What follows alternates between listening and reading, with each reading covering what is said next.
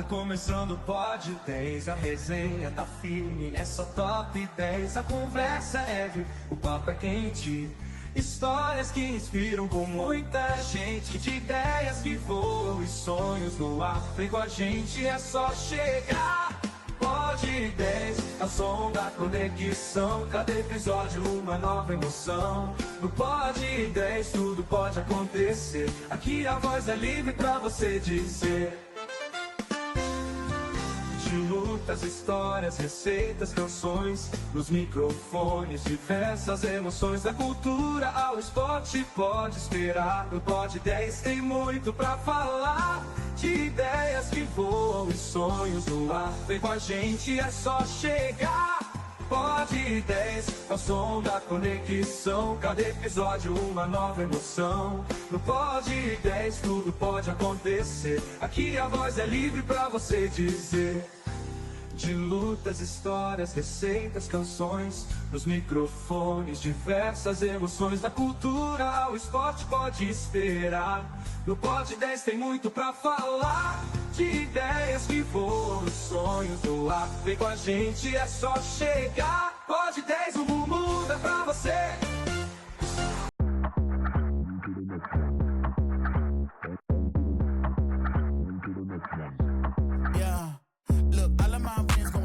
I gotta brag on myself, I amaze me. I know I'm got something that can phase me. I'm too dope like I'm back in the 80s. Okay, call me and I'm gon' slide. Slide up with me for a hell of a ride. You need a couple wins, they ain't doing it right. Hit up my line, we gon' turn up the night. I got a lot of wins on my dinner plate. Ain't coming down, gotta levitate. I know my next win is the best one, so I tell them that I'm on to the one. On to the next one. On to the next one.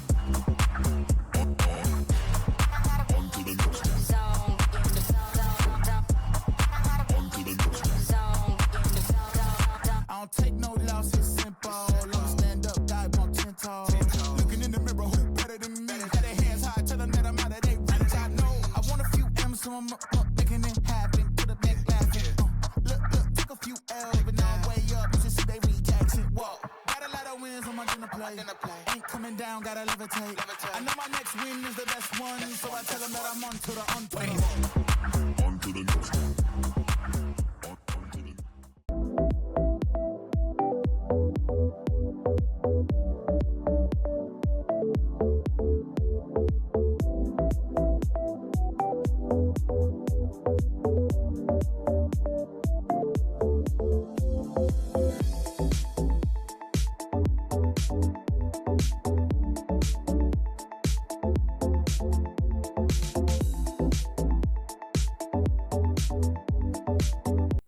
Sejam bem-vindos a mais um episódio do Pod 10 Podcast, segundo episódio de 2026.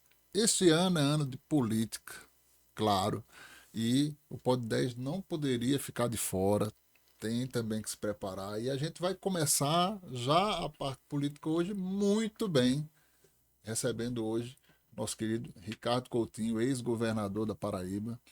Então sejam todos bem-vindos. Só lembrar vocês para seguirem as nossas redes sociais, @pod10.cast, @TV Dinamérica Oficial e demais redes sociais, só procurar lá Pod10, Spotify e tudo, vocês vão encontrar TikTok também. Alexandre, segundo, né, 2026. Segundo 2026, hoje é terça-feira à né? noite, mas assim, André, Quinta. quantos episódios? Quinta-noite, desculpa. O Quantos primeiro episódios nós foi temos? Rapaz, são mais de 120 já. Enfim, eu queria agradecer a todos aí que têm nos dado essa audiência, pedido, pessoas para vir aqui e tal. Eu queria também falar que, assim, às vezes não dá. Que vocês entendessem que o projeto aqui segue, terça e quinta, mas tem gente que às vezes fica chateado porque chama um e não chama outro.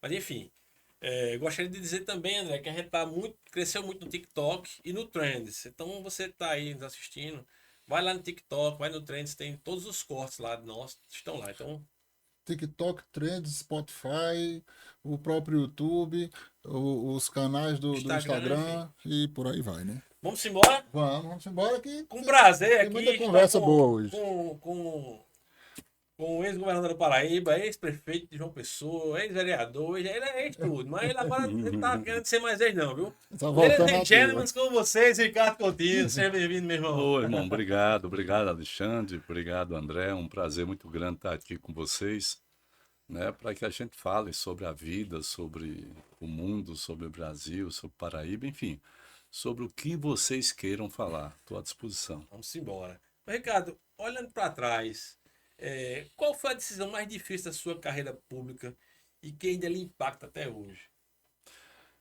Olha, é inevitável que a decisão de não ser candidato em 2018 a senador, quando todos diziam, e eu também achava, para falar a verdade, que havia uma eleição praticamente garantida, né? Porque eram duas vagas, tal, enfim, e porque o governo ia muito bem, ia tão bem que nós elegemos um sucessor que era totalmente desconhecido. Então o governo ia muito bem.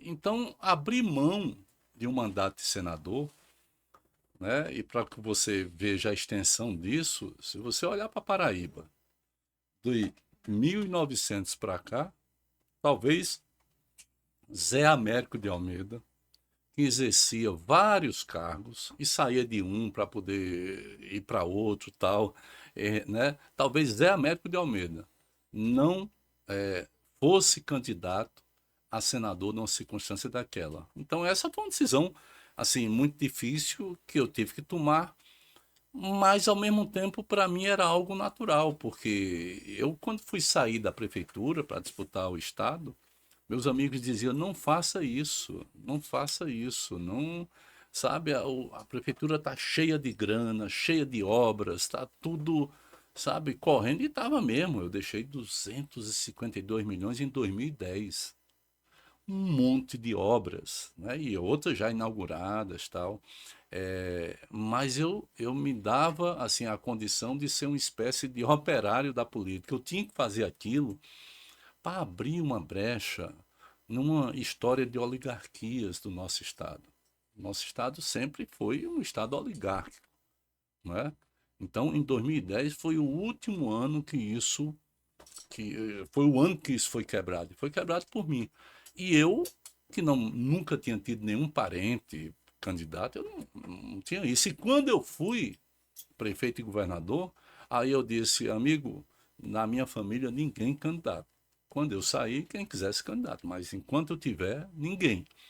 Então, nenhum político deixaria de ser senador, nenhum político na história da Paraíba impediria que algum parente fosse candidato, né? Ou seja, pelo fato de eu ser fora da curva, o impacto para mim não foi tamanho, mas foi uma decisão difícil, porque, de certa forma, era isso que eu disse, tinha um mandato na mão. Mas só complementando minha pergunta, o porquê dessa decisão de não sair candidato a senador, uma candidatura, tanto é que você, vou dizer aqui, mas você elegeu o veneziano, e o sucessor João tá aí até, João Azevedo tá aí até hoje, né? E por que não sair para senador? Por que essa decisão? Porque assim, eu acho que pela sua experiência política, né, pelo seu know-how político, por tudo que você passou, por tudo que você viu, o Senado precisava muito de uma pessoa como você lá, principalmente da oposição, que naquele ano estava com a direita, né, tinha tomado conta. Sim. Olha só, tem vários fatores, né? Um deles, menor, é que eu vinha já há muito tempo. Eu não me vejo, sabe, gagá com um mandato atrás de uma. Eu não me vejo dessa forma, não, sabe? Isso não cabe para mim. Uma das coisas que eu mais faço e fiz era pegar gente jovem, desconhecida, cheia de energia para poder dizer: venha para cá, entra aqui no governo, vamos aqui. Tudo bem que os meus governos eram formados 95% por pessoas que eram desconhecidas, né? Na saúde, na educação, era gente desconhecida, porém que eu sabia que tinha talento. Então eu apostava, porque eu queria o resultado, né? E ao mesmo tempo eu estava formando quadros. E eu já vinha há muito tempo, né? Eu me dedico muito, eu não sou o cara de... Rapaz, fui prefeito e governador, ninguém me via numa festa, ninguém me via sabe, fazendo coisas lá na granja. Não tinha isso. Eu era muito assim, para mim era domingo a domingo, domingo a domingo. Eu aproveitava o domingo desde a prefeitura para visitar a obra ou procurar coisa mal feita que a própria prefeitura fizesse. Ou seja, eu fazia isso. Eu lembro que quando eu comecei a fazer isso, eu, Gervásio Maia, o pai, né, que era secretário de Finanças, e Luciano Agra, que é inclusive aqui de Campina Grande, era, né, porque faleceu. E era um cara que me ensinou muita coisa, né, sobre urbanismo. Eu sou um rábula em arquitetura frustrado, mas eu Rabisca ainda. eu rabisco, eu dou palpite, entendeu? E Luciano foi essa fonte aí que me orientou muito. Aí foi secretário de planejamento, no melhor momento, nós montamos todas as regras urbanísticas da cidade de João Pessoa. Elas tinham sido aprovadas em 91, né, aprovadas, vetadas, e quando eu entrei para vereador em 93, a gente lutou para derrubar os vetos, conseguimos, o Luciano muito presente, eu vereador. E ficou até 2005 sem colocar em prática. Imagina o que é isso. E quem colocou em prática foi eu, Luciano, claro, o governo, né? Então eu vinha num processo de muita atenção, de muita entrega e, naturalmente, com certo cansaço. Além disso, tinha a coisa do projeto. Eu sabia como a Paraíba estava, né? Eu estudo as coisas, eu não, sabe, eu não quero dar uma opinião só para enganar quem quer que seja. Não, eu estudo, rapaz, eu vou ali e eu sabia os indicadores sociais, econômicos, eu acompanho isso tudo e eu percebia que a Paraíba ela ia fazer, se ela tivesse continuidade em mais 8 anos daquilo que a gente tinha feito, sem as dificuldades que eu tive, metade do meu mandato foi com Temer, foi com a queda da Dilma, onde eu me insurgi contra, onde eu fui lá defender, não era Dilma, era a democracia, era o jogo, né, da democracia. Então, eu secou tudo para cá, para Paraíba, e nós não paramos uma obra. Alexandre, eu encerrei 31 de dezembro de 2018. O meu governo, sabe aonde? No mutirão do Serrotão. Aqui em Campina, onde só tinha casa e um monte de areia de terra cheia de fezes por conta dos longos e longos anos sem saneamento, sem drenagem, sem pavimentação. Eu fiz tudo isso lá. Vim inaugurar no dia 31 de dezembro, eu lembro como hoje. E ao lado disso, nós inauguramos 37 obras, ou seja, nós chegamos sobrando, né? Geralmente os governos chegam no final, abre, todo mundo querendo sai. Nós chegamos sobrando, cheio de energia, cheio de força e tal. E eu sabia que a minha presença era fundamental para apostar na continuidade disso. E foi isso que eu fiz. Eu fiquei no governo, né? Abri mão de ser candidato. O atual governador me procurou como candidato, dizendo que não aguentaria 2 meses. Ele dizendo, não era eu, era ele. Ele disse isso? Ele me disse, ele me procurou na granja, disse, Ricardo, rapaz, eu não vou aguentar. Ninguém me conhece e tal, eu não vou aguentar. Eu disse, vai aguentar, se eu sair, eu vou puxar a chapa. Não é porque você precisa ter Continuidade. análise, né? Assim, análise Sim, da sim, política. sim, Eu tinha certeza disso. Eu digo, eu vou puxar a chapa, nós vamos fazer, o governo, não tem a menor dúvida disso. Não vai não, tal. Eu fiquei calado e aí decidi não sair. Mas decidi esperando o melhor, sinceramente, né? Pode olhar nos meus olhos, para a Paraíba. Eu decidi por conta disso. Eu digo, eu não vou ficar aqui dependente de um cargo, que eu realmente não sou. Se eu fosse dependente de um cargo, eu não tinha saído candidato a governador. Né? Porque, em 2010, porque todo mundo dizia que eu perderia e era uma máquina enorme. Talvez só eu achasse que fosse ganhar. Né? Agora o restante não. E aí eu decidi ficar, anunciei isso, né? Fiquei e saí do governo, aí começou toda aquela onda de mentiras, tal, para poder preparar o caldo para tentar me tirar da política. Mas- Ricardo, desculpa, Desculpa, Alexandre. vai lá. A gente está aqui num podcast e o podcast é bom por isso, porque a conversa ela é aberta, ela sem muita pauta, enfim, e a gente tem bastante tempo Claro, aqui para claro. conversar. E aí eu queria lhe perguntar, o senhor falou aí muito Pode me bem, chamar de você. você, né? Então, não, mas- você falou aí no saudoso Luciano Agra, que foi Sim. reconhecidamente um grande gestor Foi. na cidade de João Pessoa. Foi. E o senhor também continua tendo olhos para João Pessoa também, porque Sim. afinal de contas, quem olha a Paraíba olha João Sim, Pessoa. sem dúvida. E aí eu pergunto, como é que o senhor avalia de lá para cá a gestão da cidade de João Pessoa? Rapaz, é assim, o que me mata muitas vezes é a minha sinceridade. Mas eu prefiro não abrir mão dela, né? Eu acho que João Pessoa, assim, pegou um beco sem saída. Todos os instrumentos urbanísticos foram destruídos.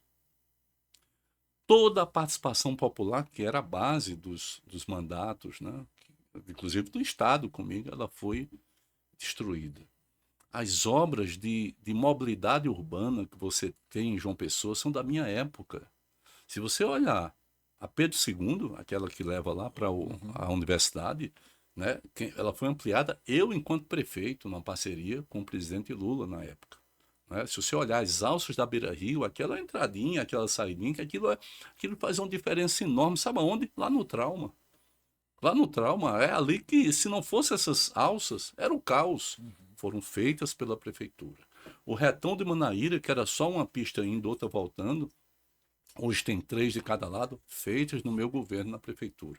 Né? Então, o que você tem, duplicação da Cruz das Armas, ali de Oitizeiro, foi eu como governador, Viaduto do Gás, o Trevo das Mangabeiras, essas coisas, uma perimetral que é fantástica essa aí, que a gente pega ali da BR-101, vai até a PB-008, ou seja, tira o trânsito lá de dentro, toda feita em meus governos. Quando você olha, mas não tem nada.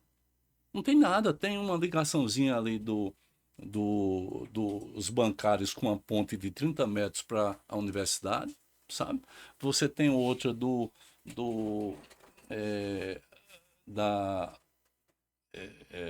altiplano, do conjunto altiplano para a universidade, que eu achava que fosse alguma coisa, mas na verdade aquilo foi feito porque no meio daquele bioma meteram quase 5.000 casas, meu amigo.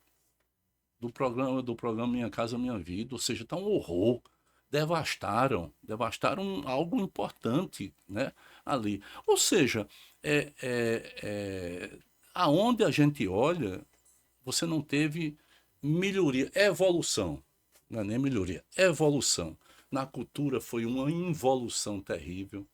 Eu tive a coragem, eu assumi a prefeitura e disse, eu não vou fazer essa história de dar simplesmente pão e circo.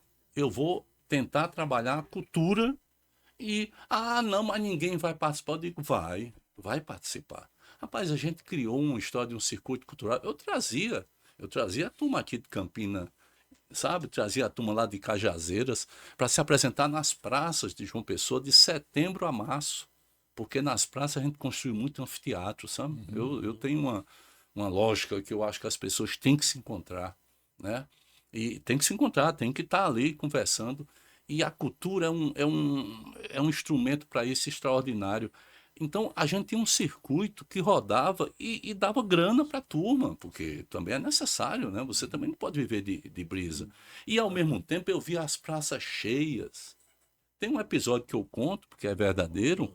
Eu estava no Funcionários 2, que é um bairro periférico, lá da zona sul de João Pessoa, e nós teríamos, era uma coisa que era um teatro lá, uma peça teatro dentro desse circuito cultural, que iria se apresentar. E eu fui, né? Eu sempre ia, porque eu conhecia muito pessoal da cena cultural e gostava de ver e tal, e fui, e sentei lá no anfiteatro, e tinha uma senhora assim, devia ter uns 70, 75 anos do meu lado, né? E aí a gente começou a conversar, eu disse, sim, mas aí ela disse, Ricardo, eu nunca vi uma peça de teatro. 75 anos, aquilo me, sabe? E foi ver aonde? No anfiteatro de uma praça. Compreendeu como é importante o poder público, ao invés de estar trazendo umas bandas que, porra, massificada, tal. A iniciativa privada pode trazer isso. Agora, o poder público tem que investir na diferença, na identidade cultural, sabe? E eu sempre apostei nessas coisas. Hoje, João Pessoa, eu olho assim, rapaz, vai mal, porque não se prepara, foi atraída aí, sabe, para um turismo que vai dar problemas, é muita gente, né? E uma infraestrutura que não consegue. Ou seja, o tubo de esgoto, ele continua do mesmo tamanho, amigo. Só que onde morava ali 5 famílias, está morando 200 agora, 100. Como é que faz? As ruas continuam da mesma largura, né? E onde passava 1.000 carros, está passando 10.000 carros. Então, é uma coisa que eu olho para Campina, né? E eu digo o seguinte, esse é o momento. Não é quando Campina chegar a 800 mil habitantes, não. É agora, com 400 mil habitantes, que você pode planejar a cidade. Se você não planejar, aí, amigo, você está entregando a cidade, está pensando somente no seu mandato e numa eleição imediata. Você tem que fazer as coisas acontecerem. Só para concluir esse raciocínio, né?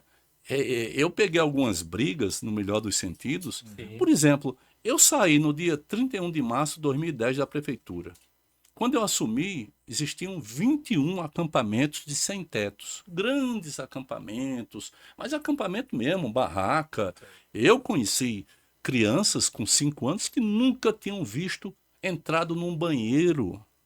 Num banheiro, amigo. Ou seja, elas também não tinham frequentado a escola, né? Eu saí, não tinha um.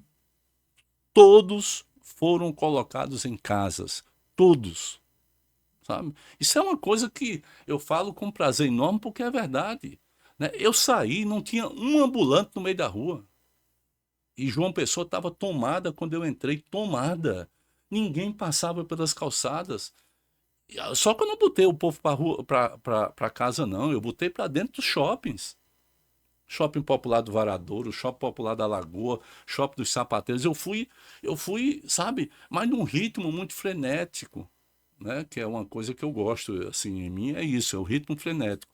Então, hoje João Pessoa não tem ação nenhuma para poder prepará-la, para poder dizer, olha, e isso vem de anos, né? Até Agra, até Luciano, né? Que foi até 2012, nós tínhamos uma prefeitura que era muito pensada respeitosamente, porque esse é um detalhe importante, você tem que ter respeito, né? Respeito pela história, respeito pelo presente, respeito pelo futuro, porque se você não tiver respeito, amigo, você vai pensar só em você, numa eleição qualquer que você vai disputar.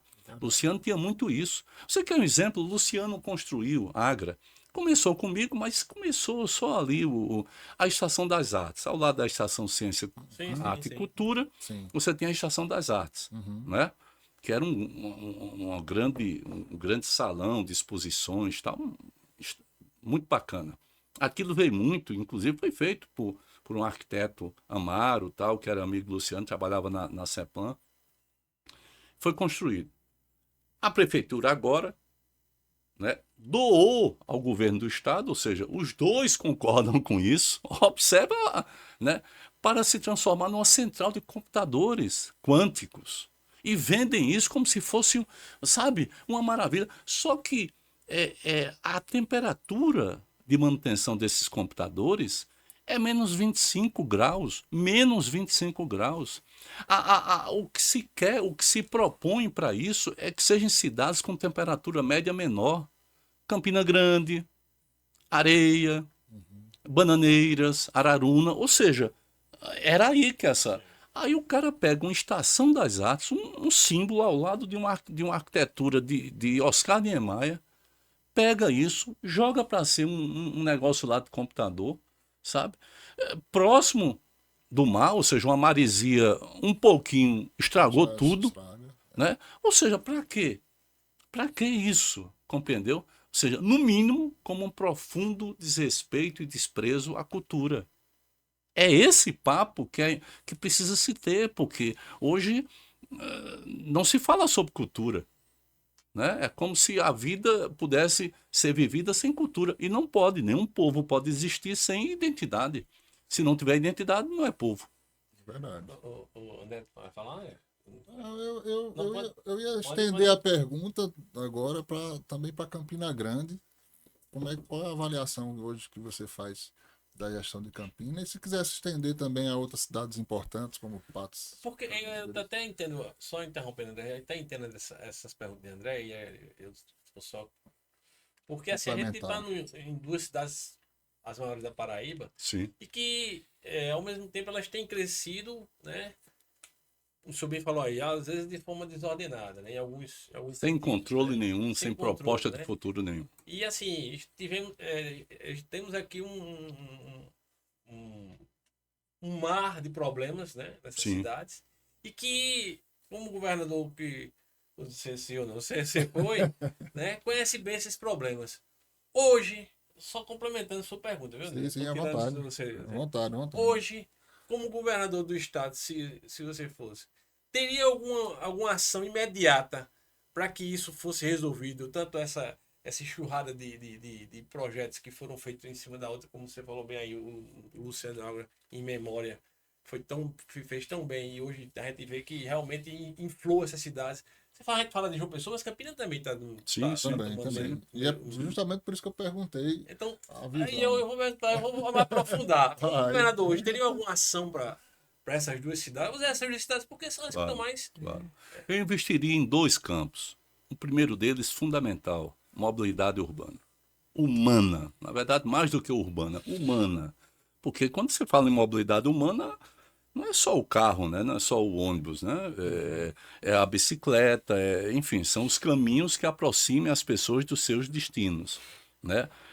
Porém, essa mobilidade, numa cidade de médio porte, ela não pode deixar de levar em consideração a construção do trilho da ferrovia, né? Ligando os bairros, porque a ferrovia, né? O VLT, não tem engarrafamento, né? Evidentemente, né? Você não Verdade. tem Não aquela tem coisa aquela de, coisa. ou seja, você tem um caminho livre para E leva muito mais gente de fazer. uma vez só. Leva muito mais gente. Evidentemente que você tem essa obra bancada pelo governo do presidente Lula, né? Muitas vezes as pessoas ou escondem deliberadamente ou não querem dizer, bancada pelo governo do presidente Lula, que é uma obra importante, que vai de Galante até aqui, mas eu penso que o projeto dos bairros mais periféricos, mais habitados, ele tem que estar na ordem do dia, né? Eu, governando, entraria exatamente aí, né? Aí para poder ter uma opção e meio que descongestionar aquilo que ou será um problema daqui a pouco tempo, ou então, né, já é um problema como em João Pessoa. Em João Pessoa é insuportável, tá? Insuportável. Você, você não consegue andar. É lamentável isso tudo, né? Ou seja, além, convenhamos, né, além da nossa própria da nossa própria história, né? Você vê muitas vezes saem 4 pessoas de uma casa, sai 4 carros, Verdade. né? É um negócio assim que nós temos pouco contato e respeito com a coisa do ambiente, né? Do meio ambiente. É uma questão de má formação nossa toda. Eu não estou dizendo que seja de fulano ou ciclano.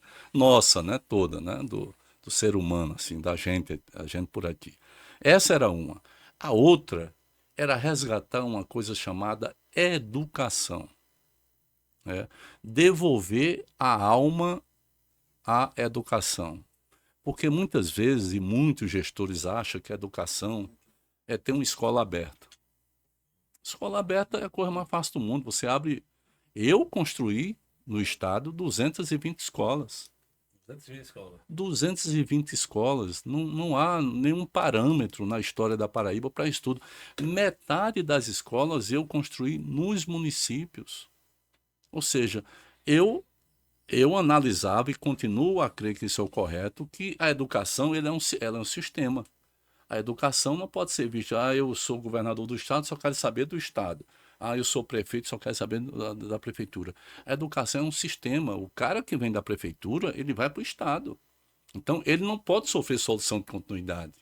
Ele precisa ter a capacidade né, de ter um nível maior nos municípios. Por isso que a gente, material didático, né, equipamentos, carteiras, treinamento de professores dos municípios, o Estado, na minha época, fazia. E, ao mesmo tempo, o ânimo. Eu chamo alma de ânimo. Se você tirar o ânimo, as pessoas fraquejam, né? Praticamente morrem. Então, a alma da educação.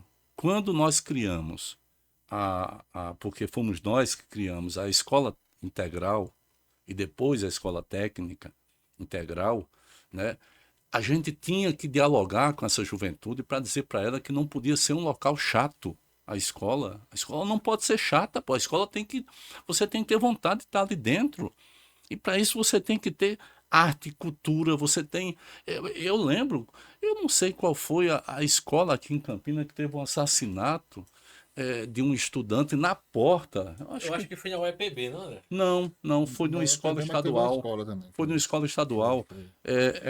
O APB foi mais recente. Eu tô com o nome aqui e eu fui lá, né? Porque, por um fato desse, eu disse, porra, vou lá, né? Fui lá e vi uma escola destruída, vi uma juventude sem, sabe? Eu disse, gente, nós temos que transformar isso, né? Fizemos uma grande reforma, sabe? Colocamos lá artes plásticas e artes teatrais e teatro, né? Assim, um investimento maciço Não lembro nisso. qual foi o bairro, não. Rapaz, eu inclusive voltei lá, depois recebi e eu fui, um ano depois, eu fui para inaugurar outra escola em Campina e a apresentação era deles, porque quem estudava na escola integral saía conversando com as outras escolas para dizer, pô, é bom isso aqui, é bacana isso aqui, sabe? Vê bem, o estudante saía, né? O estudante saía. Ou seja, hoje você tirou essa alma que eu estou dizendo, isso é muito grave. Então a escola está aberta, mas e daí? Além disso, alguma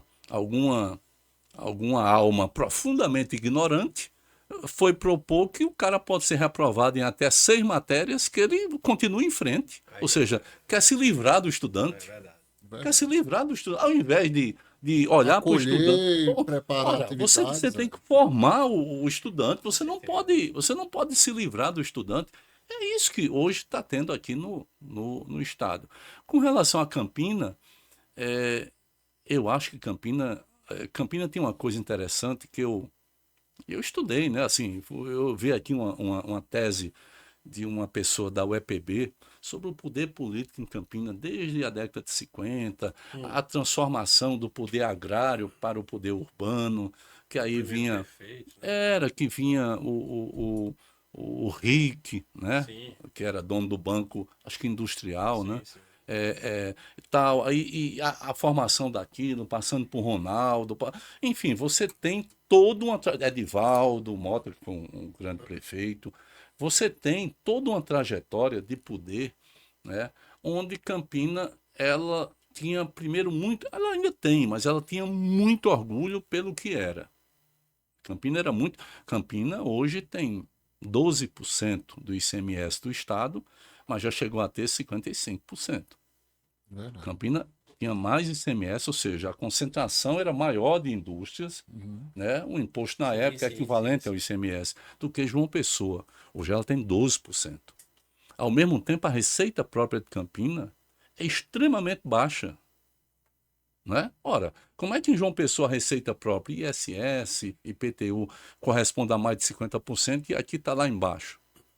Aí Né? eu vou lhe interromper, me permita, Ricardo. Pois não. Que no tempo que o senhor era governador, existia aquele negócio de, não, porque o governo do estado não apoia. Isso sempre existiu, mas assim, naquele tempo era muito Essa forte. briga, né? Essa briga, não, o com governo do estado prefeitura. não tem apoiado. E a gente, como a gente mora aqui em Campina Grande, apesar de frequentar muito João Pessoa e outras cidades, a gente via muito isso em Campina Grande. Não, porque o governador não está apoiando, não, porque o governador tirou isso aqui de Campina Grande. Até hoje mesmo ainda tem uma certa fala sobre isso aí. E que a gente ficava, pô, a gente perguntava, mas o que é que tá fazendo? Aí diziam assim, né? Acho que eu tô falando aqui porque isso aqui vai se espalhar aí, a população aí, sabe? E assim, o que é que o governo do estado tá fazendo pro Campina Grande? A gente tá querendo fazer isso aqui, mas o governo não faz. Estão tirando o nosso emprego. Essa fala se Sim, enraizou, eu estou falando isso, sim, sim. muito forte no coração dos campinenses. Eu não sei se isso foi passado para o senhor, enfim. E é verdade. A fala é verdade. Né? E vou dizer mais. Essa fala que se traduz em ele não ama Campina, Sim, que isso vem sim, isso sim. vem da década de 50. É isso que eu estava falando aqui do estudo, né, da Sim, tese de sim. mestrado.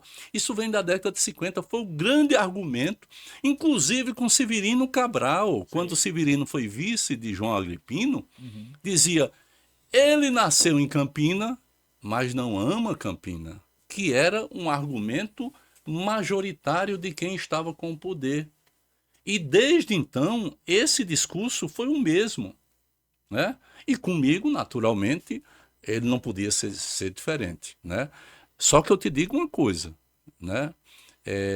Eu fui o governo que mais investiu em Campina Grande. Eu fiz mais casas em Campina Grande, né? Fiz casas, peguei o Ronaldo Cunha Lima que não tinha sido concluído, concluí. Fiz no Jardim Tavares e num outro bairro todo o saneamento básico. Fiz a avenida que é a Via das Nações, a Avenida das Nações, que chama-se Rômulo Gouveia, que pega lá de Lagoa Seca, direto para dar lá na UEPB. Fiz a João Suassuna, fiz a Almeida Barreto, né? Não é Almeida Barreto Almeida aqui, Barreto, que é. você não foi feita no nosso governo. Nós colocamos Campina Grande como a primeira cidade do Nordeste a ter todo o sistema de distribuição de água automatizado. A primeira cidade do Nordeste. Totalmente. Se um cano estourar nesse momento, o monitor lá vai dizer: é na rua tal, tal, fecha e manda lá. E por que eu fiz essa história do cano? Por conta, lembra do racionamento? Sim. Se eu não tivesse feito isso, tinha faltado água geral, porque não tinha como. As perdas de Campina Grande era 54%. Aí baixou para 24%, que ainda é muito alta. É uma loucura a perda de água no Brasil, não é só em Campinas, não é só em João Pessoa, mas é uma loucura. Ou seja, em todas as áreas, né, aquele centro cultural ali perto do centro da cidade, né, que foi prometido inúmeras vezes, quem fez somos nós. Né? A escola integral técnica, eu fiz 16 escolas daquela, Braulio Maia. No estado fiz 16, depois não fizeram nenhuma. Né? O Centro de Formação de Professores, né? A reforma do Amigão. Ou seja, você tem aí uma série de obras que não havia interesse aqui para nós, nem da elite, nem da imprensa, nem da prefeitura, em permitir que as pessoas se acostumassem com isso. Eu também nunca deixei de fazer em função desse cerco, digamos assim, porque eu entendi que era política, o meu papel era fazer. E eu fiz e fiz muito mais coisas que isso. A captação do açude de Boqueirão, que era subterrânea, voltou a ser subterrânea, né? Eu tive que pegar 8 milhões na hora. Eu disse: corre, autorizo a obra, 8 milhões para poder fazer captação superficial. Né? Aqui, a polícia andava com o carro empurrado. A polícia andava com revólver 38 com 3 balas dentro. E 2 dava catolé, como se diz, dava, né? Ou seja, todos tiveram pistolas, todos tiveram equipamentos de proteção individual. Ou seja, aonde você olhar, em todas as áreas, né? A rodovia para Genipapo, a rodovia para o distrito de Catolé de Boa Vista, Catolé de Boa Vista. que depois eu complementei até a BR lá, que é um binário, né? Nós fizemos um binário verdade. na prática, né? Que tem servido muito, inclusive, ao longo dessa duplicação, né? Eu O pessoal uso. está usando muito. Eu né? uso, Paralela. sabe? E observe a qualidade, porque esse tempo todo está lá a estrada, esse tempo todo. Né? Ou seja, é claro que usava, porque. Mas aquilo era política, né? Se for pegar a verdade, o governo que mais investiu em Campina Grande chama-se o governo que foi comandado por mim, Ricardo Coutinho. Ricardo, recentemente aconteceu um fato aqui relevante aqui em Campina e eu vou comentar porque, afinal de contas, era da Cagepa, Sim. acredito que você Sim, tenha acompanhado, que foi o rompimento Sim. daquele Sim. reservatório que fica ali no bairro da Prata, que inundou várias casas, matou pessoas, enfim. Eu acompanhei. Trouxe Eu um estava em monte- Campina, inclusive. Tava, né? Estava em Vamos lá. Campina. Trouxe um monte de prejuízo, foi um marco, né, na cidade de Campina. E eu pergunto, eu toco nesse assunto, porque como é relacionado à Cagepa, enfim, muito se falou de falta de manutenção, de vários anos de gestões anteriores, de governadores que passaram por aqui e que não acompanhavam de fato aquele reservatório. Eu queria ouvir a sua posição com relação àquilo, como é que o senhor avalia ali e até como possível causa, na sua opinião, daquele acontecimento ali. Existiam pessoas que nem sabiam, moram ali há inúmeros anos, nem sabia que aquilo ali era tudo cheio d'água e reservatório é aquele Sim. que de uma capacidade para Enorme. abastecer 2 cidades do Porto de Lagoa Seca. Enorme. Queria ouvir sua posição com relação a esse fato no geral. Olha, evidentemente que aquilo foi falta de manutenção e foi falta de fiscalização. A manutenção precede a fiscalização, né? Você tem que ter uma coisa permanente. Dizer que isso é coisa de 30 anos, de 20 anos, isso é conversa fiada. Porque se algo estava para cair, não cai, sabe? E cairia 20 anos atrás, cairia 10 anos atrás, né? É claro que houve uma situação, porque na minha época está aqui. O Wilton Maia está me acompanhando, presidente do sindicato dos trabalhadores da Cagepa aqui em Campina Grande. Na época, inclusive, ele era muito duro, com cobranças em relação ao governo, muito duro, e fazia o papel dele, naturalmente, né? E ele sabe como era diferente. A fiscalização para a manutenção que nós fazíamos, né?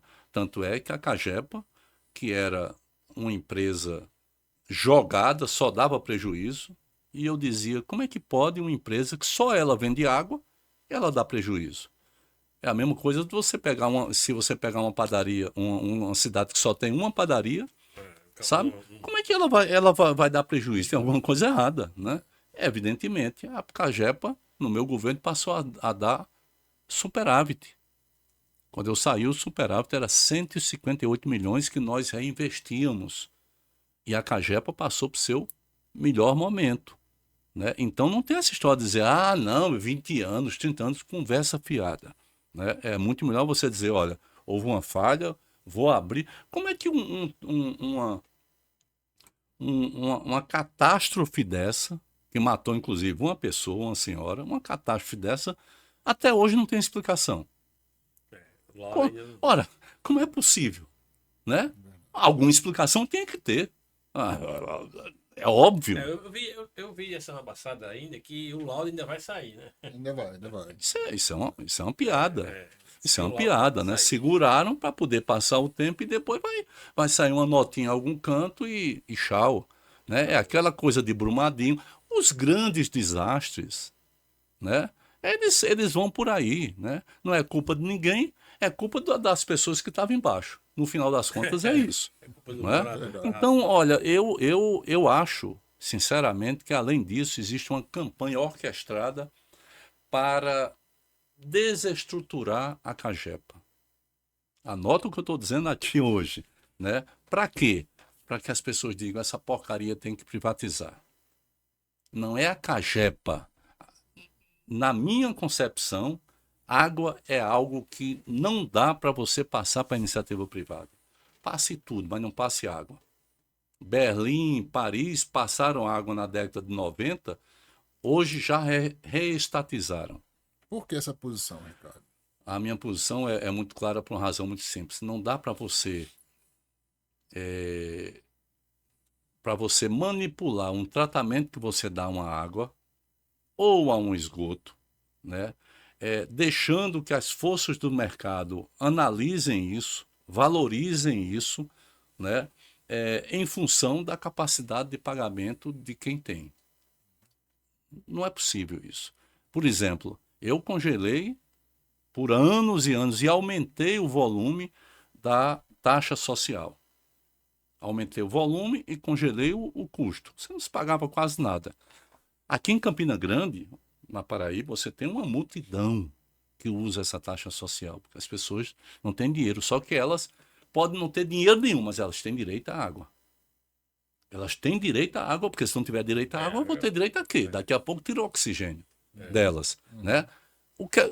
Só uma empresa pública pode fazer isso. Nenhuma empresa privada pode fazer isso.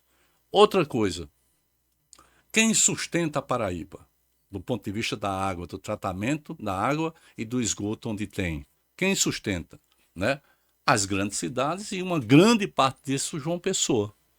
O lucro, o superávit que você tem em João Pessoa, ele cobre as cidades inúmeras que dão prejuízo, que dão déficit, né? O que se arrecada é menor do que o que se gasta para poder manter a água corretamente limpa, tal, né? Então, esse mecanismo de subsídio cruzado, ele é essencial. Isso vai acabar com a privatização que estão falando do esgoto, que é mais grave ainda. Eu vi uma entrevista do atual governante e eu me arrepiei. Eu disse, mas rapaz, o cara tá falando uma besteira dessa, como se fosse não, porque a Cagepa não vai ser privatizada, porque as pequenas cidades, olha o negócio, precisam da Cagepa. O que é que ele está dizendo com isso? O prejuízo é do povo. O prejuízo é do Estado. O que vai dar prejuízo é do Estado. O que vai dar lucro, ele vai empurrar para a iniciativa privada. Ele vai dar para uma grande empresa dessa, provavelmente estrangeira. Olha só a história. E a imprensa, o analista não fez essa coisa que é óbvia, o que eu estou dizendo aqui. Eu vejo que você tem muita crítica à imprensa em si. Isso se deu a todo esse problema que você passou aí com a Calvário? Não. Porque, Eu já tinha antes.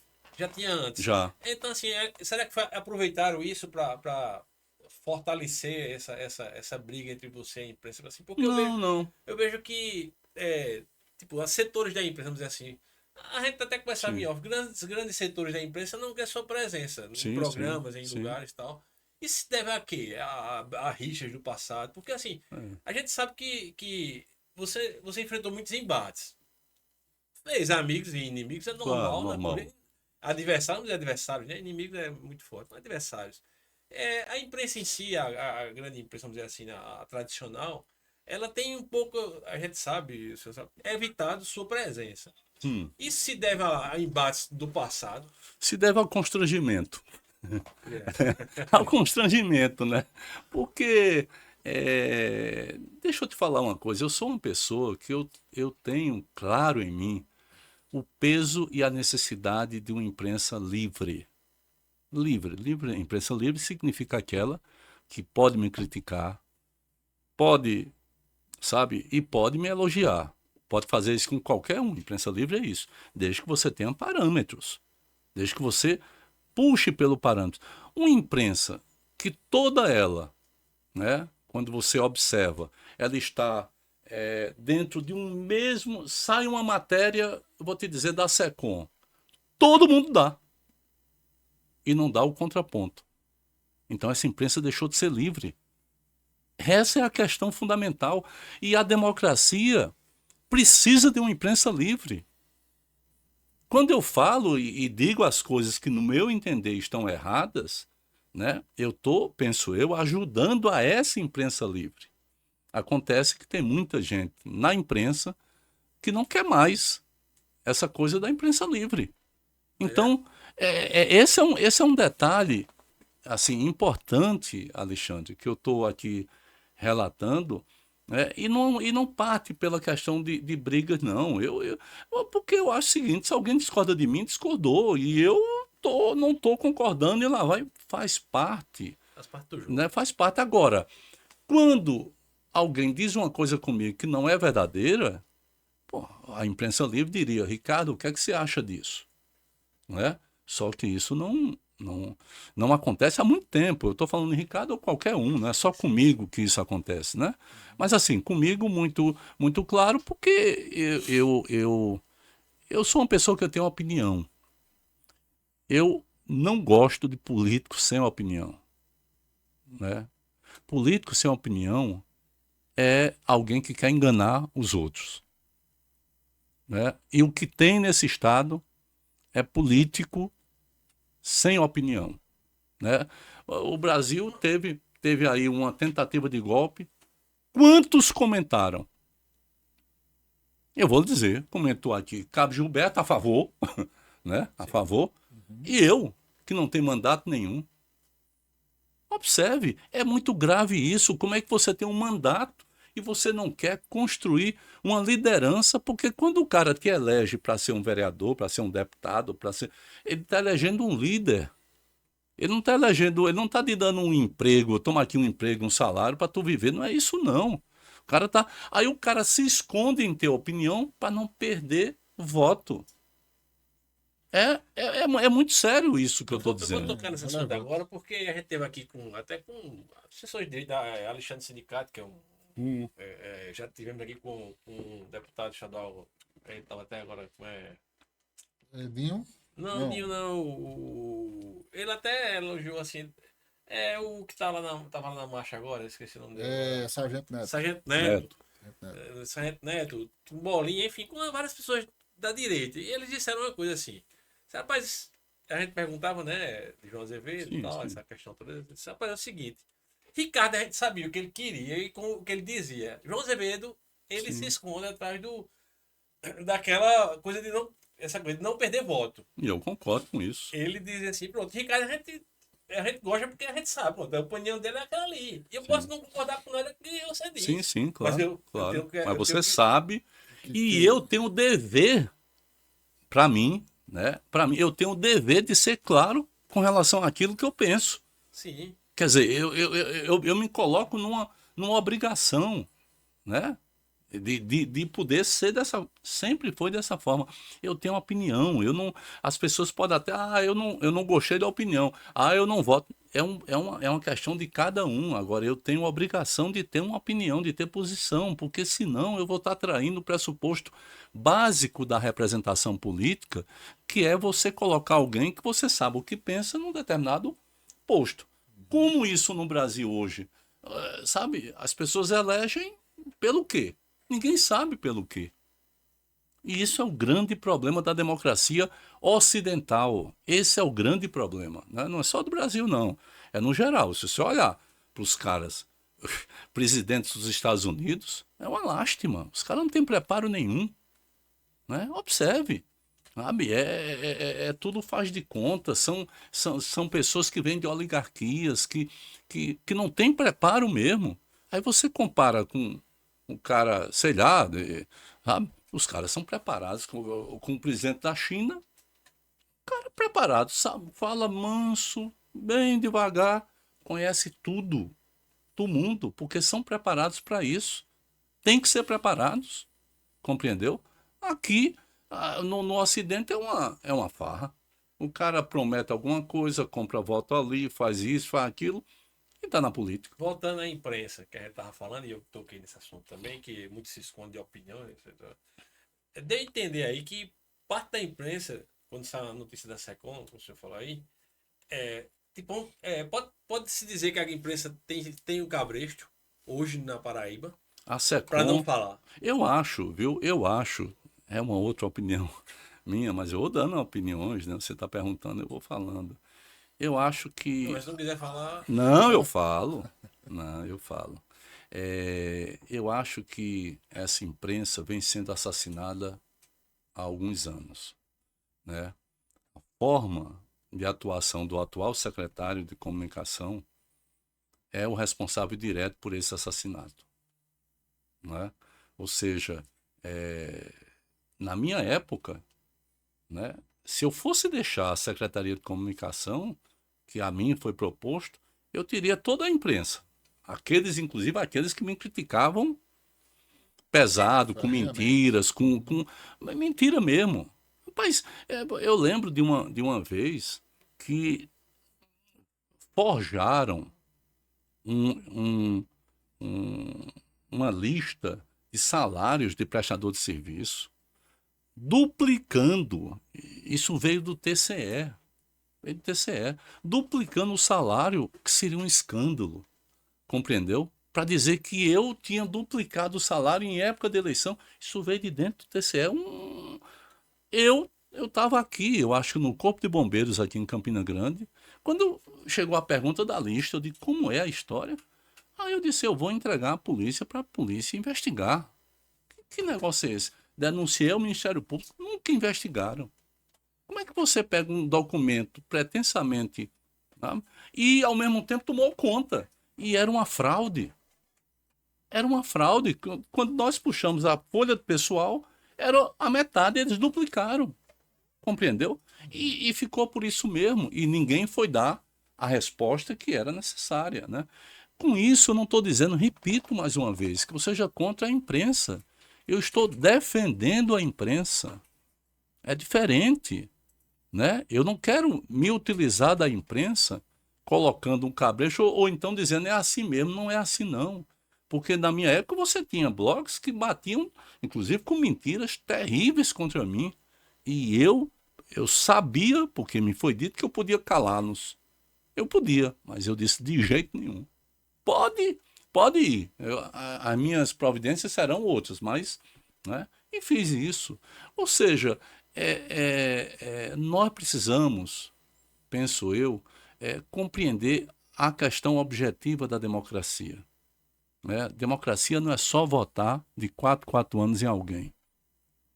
Democracia pressupõe outros direitos e outros acessos. Dentre eles, o direito à informação. Se eu chegar na Câmara dos Deputados, não tenho a menor dúvida, eu vou batalhar, trabalhar, eu vou ser uma voz para poder dizer, no Brasil, como o mundo, precisa de uma regulação democrática, não estatal, democrática, das mídias sociais. O Brasil precisa de uma internet pública. Nós precisamos de uma internet pública. O mundo precisa de uma internet pública. O mundo não pode ser capturado por meia dúzia de plutocratas, de gente que, sabe, do Elon Musk, do Zuckerberg, o poder dos caras hoje é ilimitado. Eles podem destruir a economia de um país, eles podem derrubar um governo, como derrubaram, eles podem fazer o que bem entender. Isso não é possível. Sem nenhuma regulação, como é que você age dentro de um país e esse país não regula? Agora mesmo você vê que a Austrália, só entre uma regulação ampla, disse não, abaixo de 16 anos não pode ter mídia social. Se tiver, quem vai pagar não é a pessoa, é a Big Tech. Compreendeu? Eu acho que as democracias ocidentais, para sobreviverem, dependem exatamente disso. Dependem desse controle democrático, não estatal, sobre a internet. Ricardo, eu quero aproveitar ainda esse gancho da imprensa, né? A gente conversava há pouco ali também na TV da América. E o senhor começou o ano já de 2026 com o pé direito, os dois pés direitos, na verdade, na frente, ou enfim, os dois pés à frente. Quando saiu a decisão lá do STF, em que o senhor foi inocentado na Operação Calvário. Mas diante desse... Porque, afinal de contas, isso foi muito veiculado na imprensa, e aí a gente conversava sobre isso, que foi mais veiculado a sua acusação do que agora a sua inocência. E aí há quem diga que isso é algo que esteja reinando contra o senhor. Como é que o senhor vai fazer agora, uma vez que é ano de política, e o senhor está aí com pretensões à Câmara Federal, para chegar até as pessoas, mostrando aí a sua inocência, depois de todo esse desafio de 6 anos que o senhor passou? Como é que o senhor tem feito aí para trabalhar agora em 2026? Olha, primeiro, André, o meu discurso, a minha fala, ela nunca mudou. Se você pegar, depois da Calvário, qualquer intervenção minha na internet, porque eu não tinha acesso às rádios, às TVs, na internet, você vai ver que eu digo exatamente o que eu vou dizer agora e o que eu disse ao longo desse tempo todo. Eu disse que era uma farsa, e foi uma farsa. Uma farsa com um intuito político. Tiraram o projeto que tinha derrotado a direita dentro desse estado, ressuscitaram a direita. Olha o quadro político agora. Olha o quadro político. Não existe alternativa. Sabe, e eu não estou aqui criminalizando, não é isso O não. quadro Eu político acho que a direita nacional, estadual. estadual, né? Você viu que no estado você não tem, porque quem fazia o contraponto à extrema direita e a própria anti-ressurreição, né, de nomes famosos tal, era o nosso projeto. Né? E isso foi ceifado sem nenhuma prova, sem absolutamente nada. Para você ter ideia da gravidade das coisas, não tem superfaturamento. Né? Não, como é que pode não ter superfaturamento? Né? Não tem dinheiro. Cadê o dinheiro? Como é que alguém abre a boca para dizer que 100 milhões, primeiro é 1 bilhão. 1 bilhão, 1 bilhão. Então, conversa fiada. Falta de respeito à inteligência das pessoas. E todo mundo reproduzindo isso. Né? Não tem um centavo. Cadê esse centavo? Cadê esse negócio? Aí o cara chega, vendo o fracasso e a desmoralização, na época disse que não está enterrado. O cara colocou a minha vida em risco. Colocou a vida da minha família em risco. E um cara desse continua para poder fazer isso com os outros? Porque cabe na cabeça de quem se vai uma autoridade dizer não está enterrado. Em Bananeiras. Enterrado em Bananeiras. Aí vem o PCC, vem não sei o que lá, vem... Teve um cara que me ameaçou, foi preso. Lá em... Teve sim, sim. O cara era perto de Toretama. Sim. Como é o nome daquela, a capital da... Santa Cruz de Capitão. Toda vez esqueço, Santa Cruz de Capibaribe. Deve ser algum bloqueio que eu... O cara passou um e-mail para o meu filho, achando que era eu, né? Para o meu filho, que também se chama Ricardo, e dizendo que mataria a mim e ao meu filho menor, Henri, né? Nos matariam se a gente não desse, eu não desse 5 milhões de reais. Que tinha 1 bilhão, né? 5 milhões é Enterrado? enterrado. Enterrado, amigo. Isso é muito grave, né? E olha que esse caba parece que era sozinho, e ele se dizendo que era do PCC, nos e-mails, tal, tá tudo. Eu não procurei o governo, eu não procurei o secretário. Eu procurei uma delegada, né? Porque eu digo, rapaz, esse negócio... eu já estava sabendo como é que estava a situação para os caras querer se livrar de mim, né? Procurei uma delegada, ela rapidamente localizou, prendeu, trouxe, o cara passou 1 ano preso. Dizendo a mesma história que tinha feito sozinho, tal, não sei o que lá, tal. Mas quando você diz, enquanto uma autoridade diz que está enterrado, você imagina um filho seu ser sequestrado e você ir atrás de um dinheiro que não existe. Imagina uma irmã sua, um parente. Rapaz, é muito sério tudo isso, né? E isso, pois bem. E não tem também enriquecimento ilícito. Como é que pode? Não tem nada, não tem enriquecimento ilícito. Nada. Aí, para completar esse caldeirão de coisas, acusaram um monte de gente da minha família e a mim e não pediram uma quebra de sigilo bancário, fiscal, telefônico. Como é que alguém pode ser acusado e quem acusa não pedir? Cabe na cabeça de alguém isso? E por que não pediram? Porque já sabiam que não encontrava nada. E se pedisse, teria que botar no processo, ou seja, souberam antes. Mas como souberam se você só pode ter o sigilo se for por ordem da justiça? Como? Ou seja, uma ilegalidade? Foi o que Moro fez? Foi o que Dallagnol fez? Foi o que Moro fez gravando 31 mil pessoas? Ligações? Aqui na Paraíba, o senhor acha que foi parecido o mesmo caso do desembargador que ele jogou? Foi a mesma coisa? A mesma coisa, né? É o mesmo processo, não tem a menor dúvida. Talvez aqui tenha sido mais... Foi exposto nacionalmente. Aqui foi exposto nacionalmente. Um caso estadual que foi exposto Foi aqui o próprio Fantástico, rapaz. O Fantástico foi terrível. O Fantástico dizia o seguinte: Ricardo, aí me botou lá como um bonequinho, sabe? Foi pro sambódromo, bancado por um sabe? um canalhazinho desse, tal, que acertou com o Ministério Público para se livrar do que ele tinha feito no Rio de Janeiro, ele acertou aqui na Paraíba. Ele acertou em relação à Paraíba para me acusar. Na verdade, é isso, né?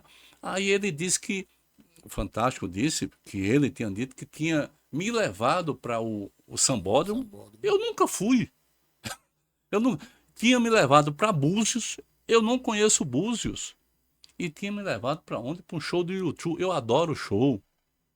Fui para muitos shows e vou sempre, mas vou com aquilo que eu tenho. Se eu não tiver, eu não vou, né? Sempre fui desse jeito. Nunca, tudo mentira. Compreendeu? E um programa, uma TV, sem ter o que botar, não tinha dinheiro para botar, não tinha nada. Aí disseram, não, bota aqui esse negócio, para tentar exatamente me desqualificar, né?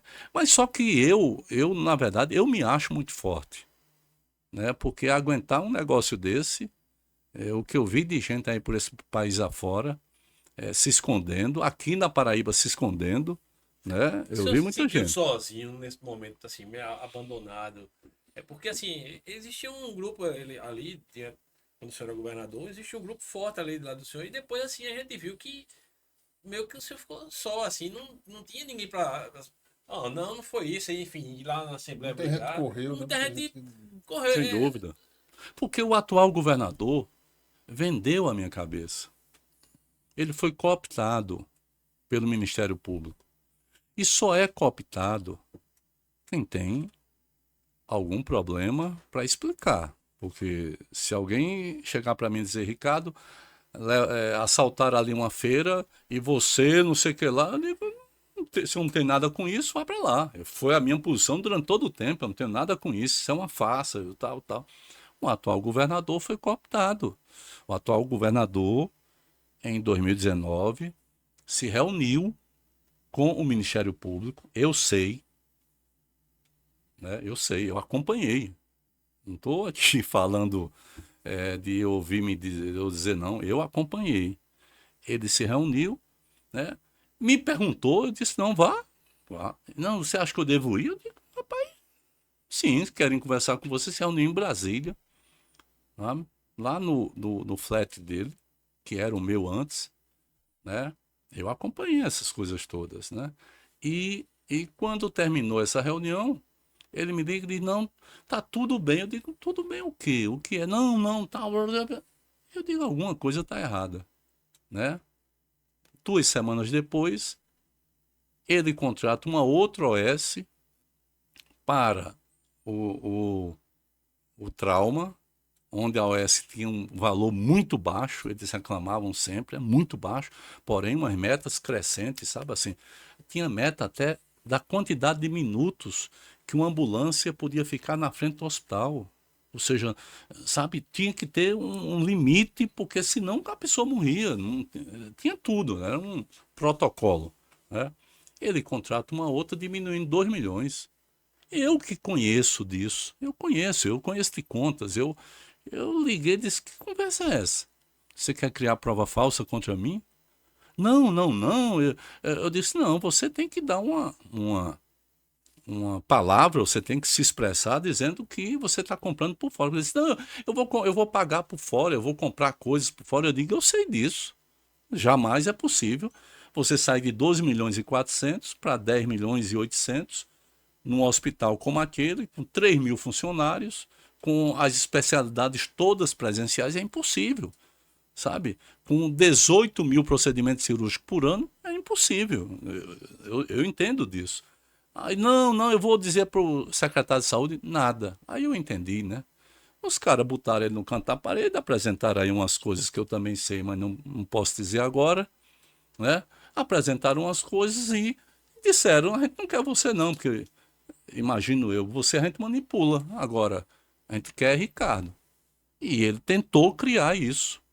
E Deus foi tão bom que essa empresa que entrou com preço mais baixo, recebendo produtos por fora, 6 meses depois, quando foi fazer a licitação oficial, a de um tempo maior, essa empresa não participou, escreveu uma carta dizendo que o governo sabia, desde o início, que o preço estava subfaturado, estava abaixo, e eles colocaram 4 milhões abaixo, ou seja, a diferença que era 1 milhão e 200 passa para 4 milhões.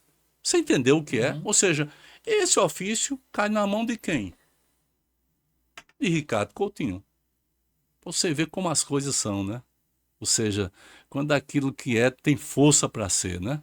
Ou seja, cai na minha mão, era a prova.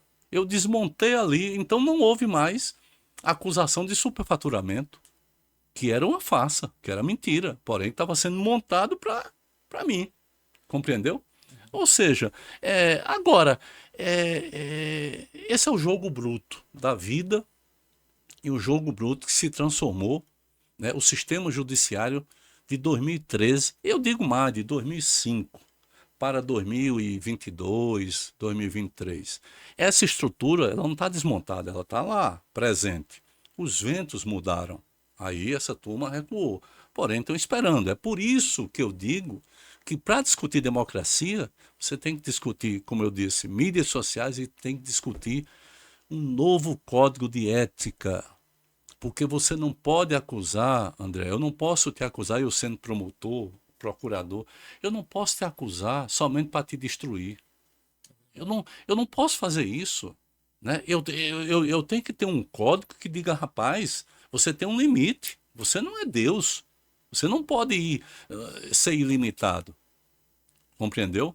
Então, essas reflexões que eu estou fazendo aqui, eu não estou fazendo por ódio, por nada. Eu estou fazendo porque eu sei, eu sofri, né? Só que eu olho para frente, eu sei o que é que eu posso fazer numa Câmara de Deputados, por exemplo. Eu sei que eu tenho competência para ser um deputado com posição, com coragem. Eu sei disso. Eu sei que eu conheço a Paraíba como pouquíssimos políticos da Paraíba conhecem.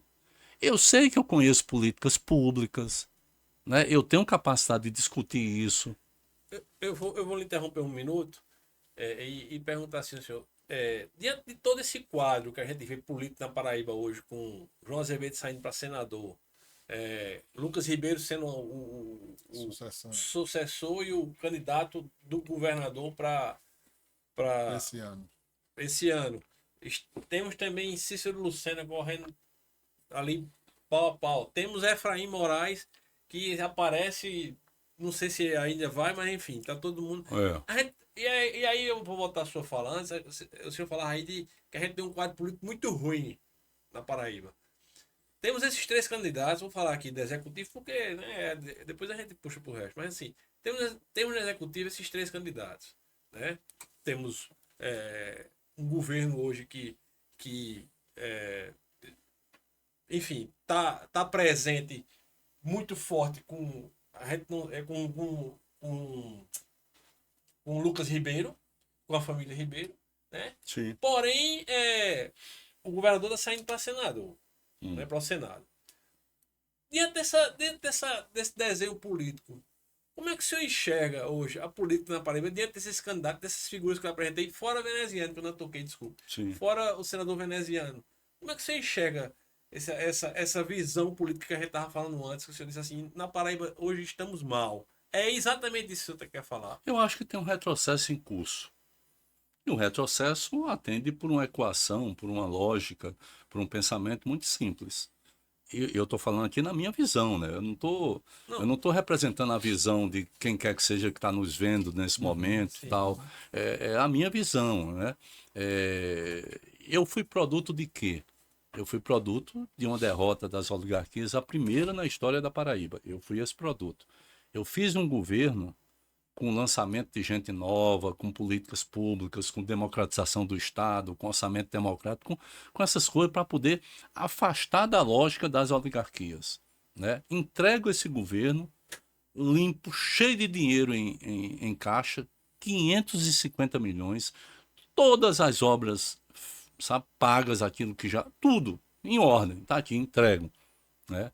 E esse governo, pouco tempo depois, particularmente depois desse aperto que eu falei aqui, desse pacto entre ele e o Ministério Público, ele sobreviveu porque ele foi atrás de um deputado federal. Esse deputado fez um lance com Bolsonaro, congelaram a investigação e ele foi.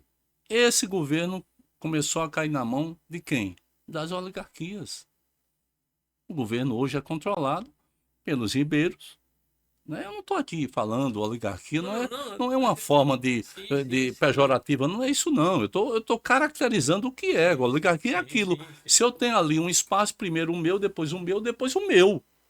O teu não entra, é o meu, né? O poder ele é exercido pelo familismo, é isso. Eu discordo disso, é apenas porque eu discordo. Eu tenho outra imagem da vida, da política e tal, né? Então ele entregou aos Mota, entregou aos Ribeiro. Ele hoje não sabe nem o que acontece, por exemplo, na Secretaria de Educação. E teve que entregar para poder ser reeleito, porque ele perdeu em todos os grandes centros. Aqui Campinas foi em quarto. Né? E perdeu em todos os grandes centros. E vai perder de novo. Né? Só ganhou Cajazeiras. E 2 anos depois embarca lá em Cajazeiras numa luta, numa disputa onde os dois apoiavam ele. E ele se deu no direito de ser Deus e dizer, não, eu vou escolher aqui um dos dois. Né? Ou seja, uma coisa que é meio difícil no cenário da política. Então, eu acho que nós vamos passar por um retrocesso maior, que esse retrocesso está acontecendo, e ele vai passar, só que tudo na vida é um ciclo, Alexandre.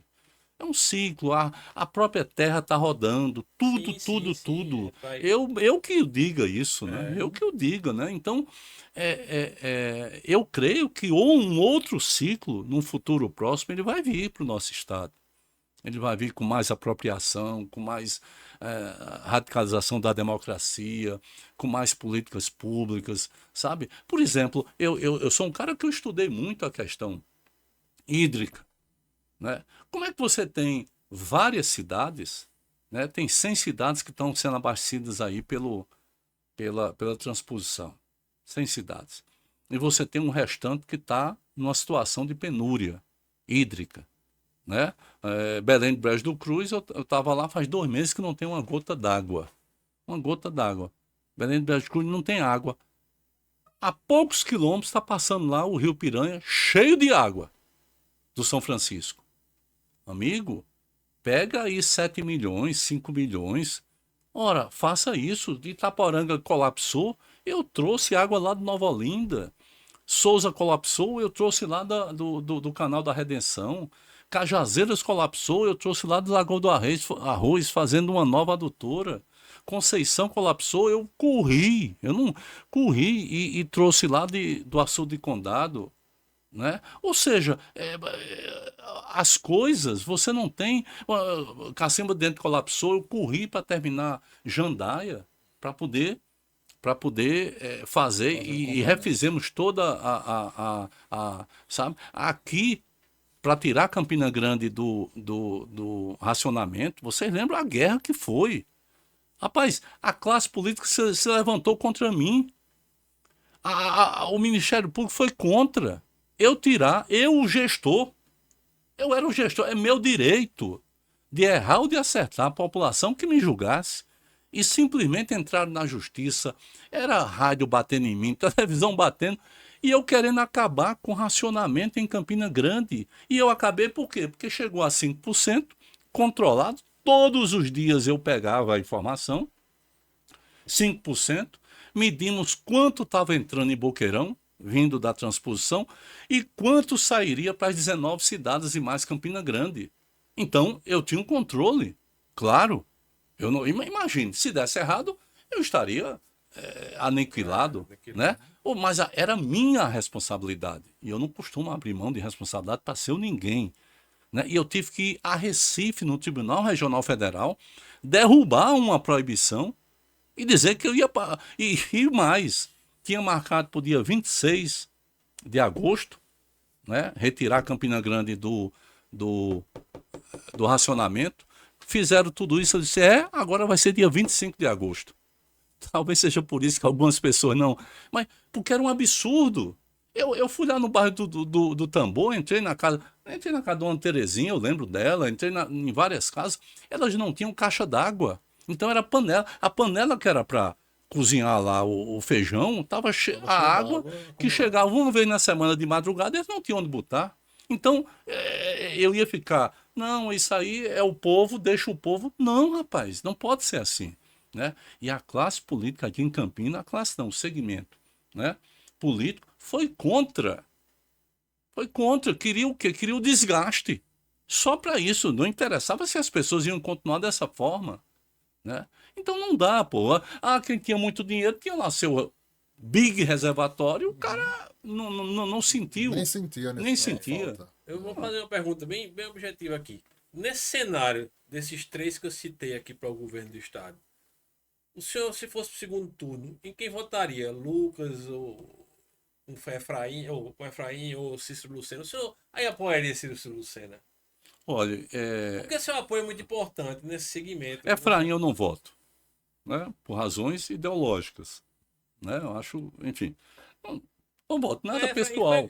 Foi, claro. Serviço de Estela. Olha, eu fiz aliança com todo mundo. O problema não é a aliança.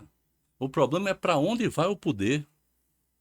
Entenda bem, eu fiz aliança com todos os setores e se você pegar o primeiro dia de governo na prefeitura de João Pessoa e o último dia de governo do estado, o meu pensamento e a minha ação eram exatamente iguais. Iguais. O problema não é a aliança, né? Num quadro partidário fragmentado como esse que existe no Brasil, onde partido é uma ata que anda embaixo do braço, brincando, que não tem ideia. Então o problema não é esse. O problema são as ideias. E as ideias comandadas por Efraim, eu não concordo de jeito nenhum. E não tenho nada pessoalmente contra ele, não. Sabe, nem contra o pai dele, inclusive, que é meu amigo. Foi meu amigo. É meu amigo. Não é essa a história. A história é política, é outra história, né? Então, no segundo turno, conforme a sua pergunta, eu iria respeitar a opinião do presidente Lula. Eu iria respeitar. Porque eu me dou o direito a não me sentir, né, vamos dizer assim, representado politicamente com ideias através das duas candidaturas, né? A candidatura de Lucas eu acho que é um risco enorme para o Estado. Por quê? Rapaz, é um risco muito grande, por quê? Rapaz, olha, governar um Estado, né? Você acha ele infantil? Como é? Sem experiência? Não pode dizer, se eu gosto de falar. Amador. Olha, eu acho o seguinte, né? Quando você tem uma fera como Aguinaldo, como tio e como político, né? Ou seja, mandando no Estado, é difícil isso. Mandando e dividindo o mando com Hugo Mota.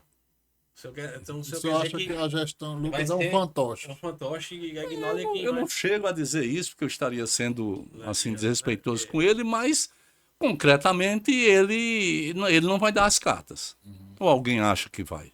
Não vai, né? Vamos ser sinceros que você pode até perguntar a alguém que vote, mas ele não vai ter coragem de dizer que ele vai dar as cartas, porque não vai, não é? Então, porque o poder é assim, o poder é dessa forma, né? O poder você exerce ou não exerce, né?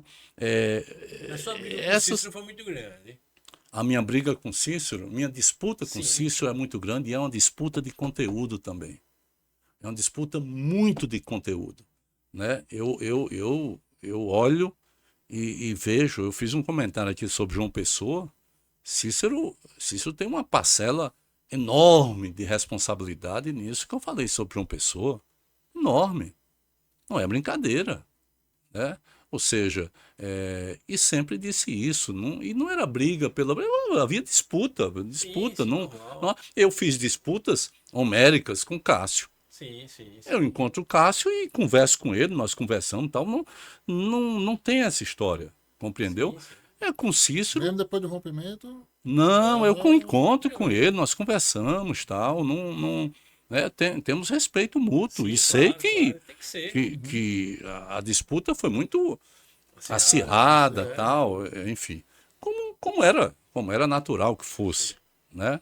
Agora, Maranhão, enfrentei Maranhão, depois compus com Maranhão, da mesma forma, com respeito, né? Então, com Cícero, eu não vou faltar com respeito a ele. O que eu estou tentando analisar, né, para mim, e estou tendo o cuidado de repassar para as pessoas que estão nos assistindo, é exatamente o que esperar desses dois cenários para a Paraíba. Eu acho que nós vamos ter, já estamos tendo, é bom que se diga, uma introspecção, né, da questão da participação popular, que é pedra fundamental. Se você só combate as oligarquias com participação popular, é porque essa turma não sabe disso, entendeu? E nem quer saber, na verdade, nem quer saber. Mas é a participação popular, né? Eu, quando me vi com a Assembleia, sabe, majoritariamente contra, eu fiz o quê?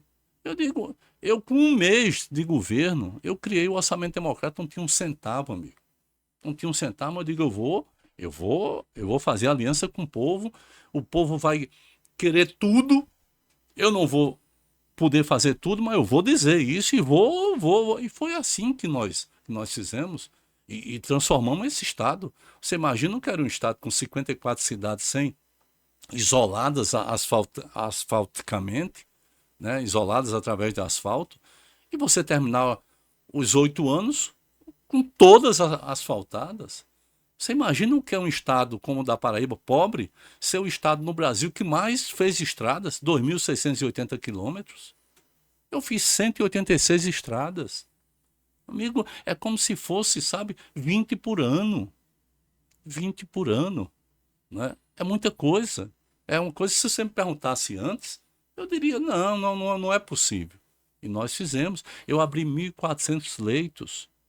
Com um mês eu estava aqui em Campina, fui lá no antigo hospital regional, né? E quando entrei na UTI, eu vi foi um tonel na UTI, sabe? Derramando água. Havia uma infiltração, que eu não sei de onde danado vinha aquela água, um cano. Rapaz, era muita água. Eu digo, não é possível. Eu sou da área da saúde, sim, sabe? Eu digo, não é possível. Corremos para abrir o trauma. Sustentei o trauma mais de um ano só com recursos do Estado, que é caro, né? O SUS não bancava. É caro. Sustentei o Hospital Metropolitano, sabe? Todo de abril até dezembro, só com recursos próprios do Estado, sabe? Com determinação. Todo mundo me dizia, não bota esse hospital de cardiologia e neurologia não, porque o Estado não aguenta. Eu digo, amigo, aguenta. Se o Estado não tiver dinheiro para bancar tratamento do coração e dos nervos, como se diz, né, neurológicos, então pode fechar as portas, porque não tem como. Eu não posso ter um trauma que 32% de doença do coração, infarto, é ataque cardíaco. Eu não posso ter um trauma, 32% é disso, e não ter um hospital para cuidar disso. Então, essas coisas todas, elas, sabe? E tudo isso vai caindo. Hoje, se você for no trauma de Campina, procura saber a fila da neurocirurgia e procura saber também como era na minha época.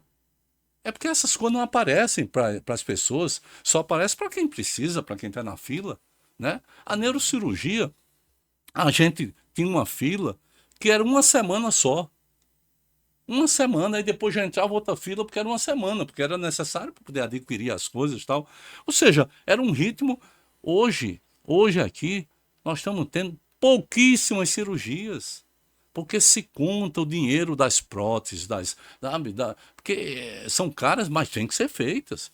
Lá no Hospital Metropolitano, se reduziu a 1/4 o número de cirurgias cardíacas. Ora, eu sei disso e eu estou dizendo aqui, né? Ou seja, eu quando saí do governo, eu esperava que a Paraíba tivesse muito melhor. Só que por trás, por baixo desse tapete aí, ela não está melhor. Ela tem mais dinheiro, porque o orçamento duplicou, né? Ela tem obras que se faz, você analisa um gestor, não é simplesmente pela obra, porque pela obra todo mundo faz, eu fiz muito mais, com menos dinheiro. Você analisa um gestor pela sensibilidade que ele tenha com a coletividade. É assim que você analisa, né? né? Por exemplo, eu sempre digo, não, vai fazer uma ponte de Cabedelo até Lucena. Ah, bacana, eu podia ter feito essa ponte. Isso estava na minha mesa, eu podia ter feito. Por que eu não fiz? Porque tinha 54 cidades que não tinham acesso. Eu digo, eu vou pegar o dinheiro e vou botar aqui, né? Fazer uma ponte, eu não faria uma prioridade, né? eu não fazia uma ponte olhando o Rio Jaguaribe e João Pessoa cheio de favelas. As pessoas morando terrivelmente, né? Sendo reféns do crime organizado. Eu pegaria esses 400 e tantos milhões aqui, amigo. Faria sabe, uma revolução na vida dessas pessoas, 150 mil pessoas. Pegaria aqui Pedregal, pegaria. É isso que eu estou dizendo, que eu entendo como política. Tem gente que entende diferente. Mas é isso, se todo mundo entendesse igual. É porque são modos diferentes de governar. Eu tenho uma pergunta interessante, que até quando eu vim para cá, a gente tá, como a gente sempre, a pessoa pergunta sempre, entra no privado da gente, quem é que vai ser, quem é que vai... enfim, perguntar assim, uma das coisas que é interessante, tipo, João Azevedo ninguém conhecia. Assim, eu tô falando do povão, né? Hoje não, tô falando do povão. João Azevedo eu não conhecia, André não conhecia, acho que a maioria das pessoas não conhecia. Talvez quem Sim, vivia claro, perto do senhor não claro. conhecia, né? O porquê da sua escolha por João Azevedo ser seu sucessor? O senhor tinha pessoas mais próximas, tipo o Estela da vida, que poderia ser a sucessora, e o senhor emplacava ela também. Quando emplacou ele, modéstia à parte, estou falando aqui, ele não era conhecido. Por que a escolha por João E Azevedo? até então tido como técnico, né?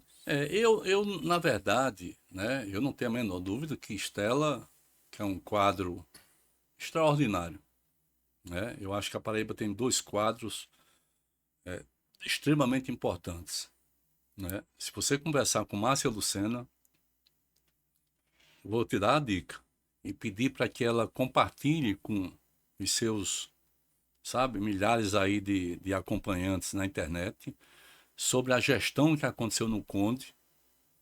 Você vai se surpreender com as coisas que foram feitas. E eu estou dizendo isso porque eu era parceiro, eu investi muito lá, tal, né? E o outro é Estela. Estela hoje é secretária nacional de políticas contra a violência contra a mulher. A secretária nacional. Todo esse debate feminicídio está passando por ela, né? Estela é um quadro que foi secretária de planejamento em João Pessoa, na gestão de Agra. Queria muito ela aqui. Estela é um quadro. Eu digo para você que eu tive esse erro.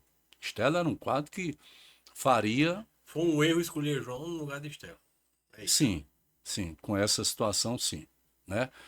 Estela é um quadro que renovaria as forças dessas coisas aqui que eu tentei falar com vocês, né? Que eu penso que são a base do meu pensamento político. Ela renovaria isso e eu tenho certeza iria mais adiante, né? Pois bem, mas por que eu escolhi? Porque nós estamos vivendo o auge do lavajatismo, o auge das acusações, o auge do conservadorismo, o auge de tudo aquilo que movimentou esse país. Esse país foi profundamente, né, assim, bombardeado por aquilo tudo. E a Paraíba estava no centro disso, porque eu tive o dever, a obrigação e o direito de poder me impulsionar. Eu jamais passaria por uma história daquela que marcou o Brasil sem me posicionar. Eu sairia desmoralizado comigo mesmo. Eu teria vergonha de mim se eu não tivesse me posicionado. E me posicionei corretamente. Hoje a história diz, é correto. Hoje a história diz, né? Quando Eduardo Cunha começou eu fui para a presidenta Dilma, disse, eu vou ficar aqui, passei 3 meses, toda semana lá. Tá? Tentava falar com os deputados da Paraíba, tentava tal. Era um problema, só que essa coisa era muito maior. Se precisava derrubar uma presidente sem crime de responsabilidade para mudar a agenda econômica do país. Foi isso. E a Lava Jato e o Sérgio Moro, o Deltan Dallagnol, foram os instrumentos fundamentais para que isso acontecesse. Então, né? Nesse raciocínio. Então, deixa eu só complementar, esse raciocínio, né, de um crescimento da extrema-direita Porque isso, a Lava Jato, foi feita no início e apoiada por Aécio, porque Aécio achava que ele é que seria o... Só que ele tropeçou logo em seguida, compreendeu? E a extrema-direita, né, horrenda, a extrema-direita tomou conta. O Brasil estava para eleger, sabe, um cara como Bolsonaro. Um cara que dizia que preto se pesava por arroba, um cara que dizia que deu uma fraquejada e teve uma mulher, teve uma menina, teve uma filha menina, um cara que dizia que salário mínimo era coisa de atraso, né? Sabe, coisas terríveis se você for olhar assim, diz, pô, o que é que tá Mas vindo por aí? cresceu.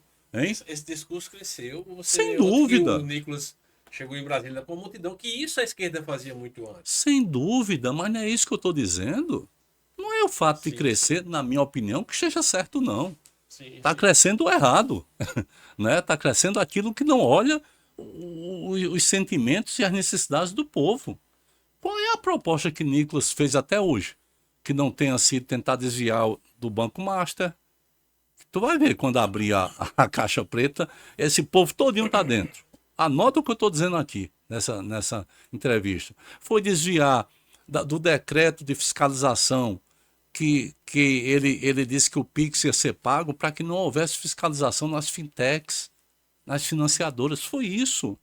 Né? Ele mentiu. Uma mentira que foi levada para 135 milhões de perfis. Mentira, era mentira. Não havia cobrança de Pix. Compreendeu? Então, mas qual é a ideia? O que é que esse povo pensa de educação? Você não sabe. O que pensa de saúde não sabe. O que pensa de emprego não sabe. Não sabe de nada. É o tempo todo lá fazendo livezinho, com negocinho, com aquele celular. Feito um povo abestalhado, né? Com licença da palavra. É assim. É assim. Então, naquele momento, eu sabia que havia uma conservadorização da sociedade em torno disso. Então, eu, achando que os preceitos básicos do projeto político iriam ser mantidos, não os nomes, nome todo mundo mantém, os preceitos, como eu disse sobre a educação, a alma, né, iria ser mantida. Eu chamei João Azevedo, que como prefeito, como candidato a prefeito de João Pessoa, nós tivemos que tirar, porque ele ficava numa rede, achando que, sabe, que eu é que tinha que fazer a campanha dele. Eu digo, não, amigo, tem condição não. Aí não dá. E substituímos, colocamos Cida Ramos.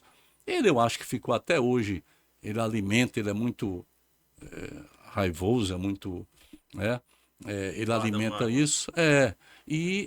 Mas nós fizemos correto, criamos um quadro a mais, porque o cara não ia para os cantos, Não se queria. mexeu. Não queria, ele achava que estava acima de tudo e de todos, né? Arrogância, né? E aí? Né? Então nós tivemos que trocar. E em 2018 eu disse, você vai fazer campanha como precisa ser, você vai, sabe? Tanto é que Você confiava muito nele, né? confiava. Muito nele. O pior é ele isso. Ele deve ter sido muito leal naquele tempo. Eu acho que Pra construir a confiança, né? construir uma confiança forte dessa, que você entregar um legado, como o senhor fez aí na Paraíba. Eu confiava, sim. Né? Como eu confiava em outras pessoas também, que também não foram corretas e outras foram. Né? Então, mas, por exemplo, em 2018, ele já eleito, né, no primeiro turno, segundo turno, Fernando Haddad veio a João Pessoa. Fizemos uma grande manifestação e tal. E chegou lá no Ponto Sem Réis, né, para falar. E eu disse, olha, tu fala, você agora é a liderança, né? Você é o governador eleito, portanto, tal, é Tem a você, palavra, tal. né? E ele não quis falar. Quem falou foi ele. Aliás, eu falei durante a campanha inteira. Né? Eu fazia caravanas e eu falava por ele, falava por veneziano, eu falava enfim, o governo era muito forte pelo que tinha produzido, pelas suas ideias, pelas suas ações e tal. Né? E ele não quis falar. Rapaz, eu senti um arrepio naquele momento. Estava em cima do trio, eu digo, rapaz, será que esse negócio vai dar... Vai dar liga. Vai dar. Como é que vai ser isso, rapaz? 20 dias depois, o cara disse que não vai falar no ato público do nosso candidato a presidente, né? Ou seja, eu sinceramente fiquei, né? E aí depois começou a se estabelecer essa coisa toda, né? E houve, aí começou as coisas ficarem cada vez mais, sabe, não se falar nas coisas. Como é que você é governador, vê o projeto que você representa atacado e você não defender? Você dizer, não, não é comigo não, tal. É muito grave. Para mim é muito grave. Eu não teria sangue de barata para um troço desse. Eu não tenho essa postura, né? Comigo é carne ou é peixe. Eu sempre fui assim.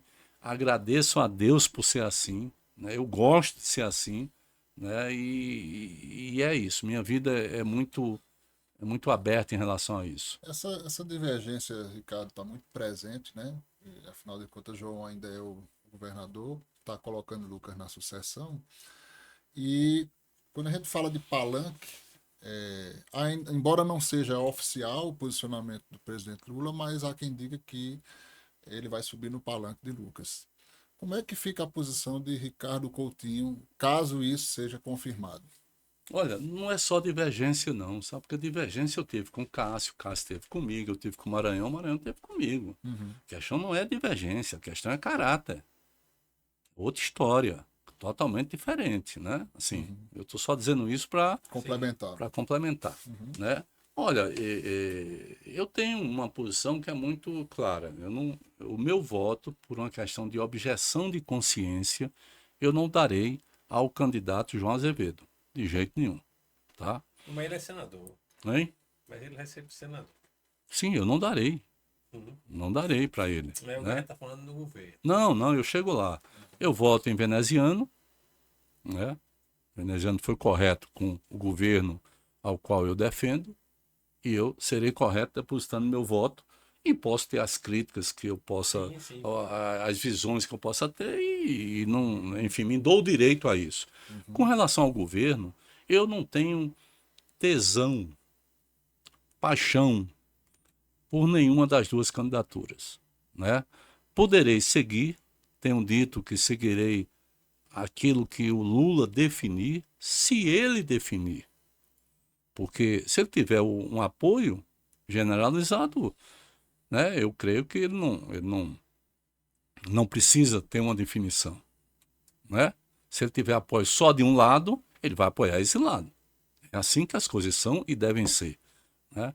Então eu estou aguardando, né? Não tenho, o meu foco é a campanha do presidente Lula e a minha campanha de deputado federal, porque acho que eu posso fazer uma diferença importante no Congresso Nacional, na bancada da Paraíba. Só para confirmar, caso ele esteja com o Lucas, então o senhor também está com o Lucas automaticamente. Automaticamente é um termo muito forte. Automaticamente só carro. Que hoje tem aqui, o meu nem automático é. Agora eu tenho que. Eu vou conversar com o presidente, né? Tenho conversado com o presidente nacional do PT. Ontem mesmo falei com ele, né? E, sabe, nós temos uma estratégia aí, um pensamento, né? Que não tornarei público, mas existe um pensamento em relação à minha pessoa, tal, que eu tenho que realmente ter uma certa precaução. A gente tá terminando aqui o programa, né? Muito bom por sinal, muitas informações. Se fosse o Jô Soares, se estendeu mais do que a gente imaginava, mas assim, não tinha como não ser, né? Tem informações que a gente tem que ser até, enfim, né? Sem dúvida. Eu não olhei nem a pergunta do povo aqui. Não, porque ainda. assim, Tem mais um se a bocado gente de for, pergunta aqui. Estender. tem muito conteúdo, né? E a gente não pode cortar. São falas importantes que a gente não tem como cortar a sua fala. Fica para uma Mas segunda assim, a gente tem um visita. quadrozinho aqui pra terminar. É jogo rápido. Tanto é que Mas pode me chamar outra vez. Segunda Fica vai o segundo complementar. episódio, né? Bate bola. Bate bola são Eu perguntas. sou né? ruim de bate-bola. Eu já joguei muita bola, mas Mas pela altura, eu o sou vôlei, o ruim. basquete, né? Porque eu sou muito, não sei se você percebeu, eu sou prolixo. Eu vou aqui falando, então é difícil eu ter respostas Não, mas curtas. o que o senhor puder. Encurtar, encurta. Senão não pode falar. Vamos lá. Primeira pergunta. Uma decepção. Uma decepção? João Azevedo, Uma inspiração política. mestre Lula. Qual o maior legado como governador da Paraíba? O fato de ter dito ao povo que ele podia participar fora do período eleitoral. Espaços para o povo participar. Eu criei isso.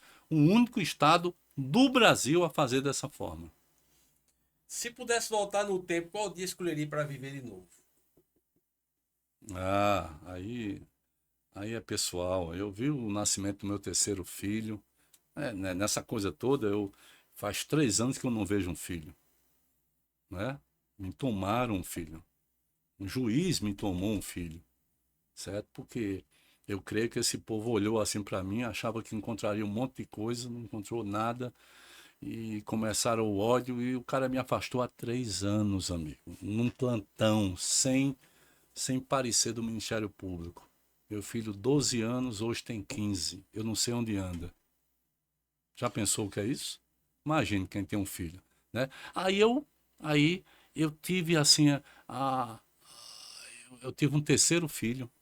Agora em 2023, com 63 anos, né? Eu tive um terceiro filho, Jonas, sabe? Eu vi nascer tal e foi e é muito bacana. Ele é aliás, os meus filhos todos, eu tenho 3 filhos, são muito e tenho mais 2 de Amanda, que também são meus filhos também, né?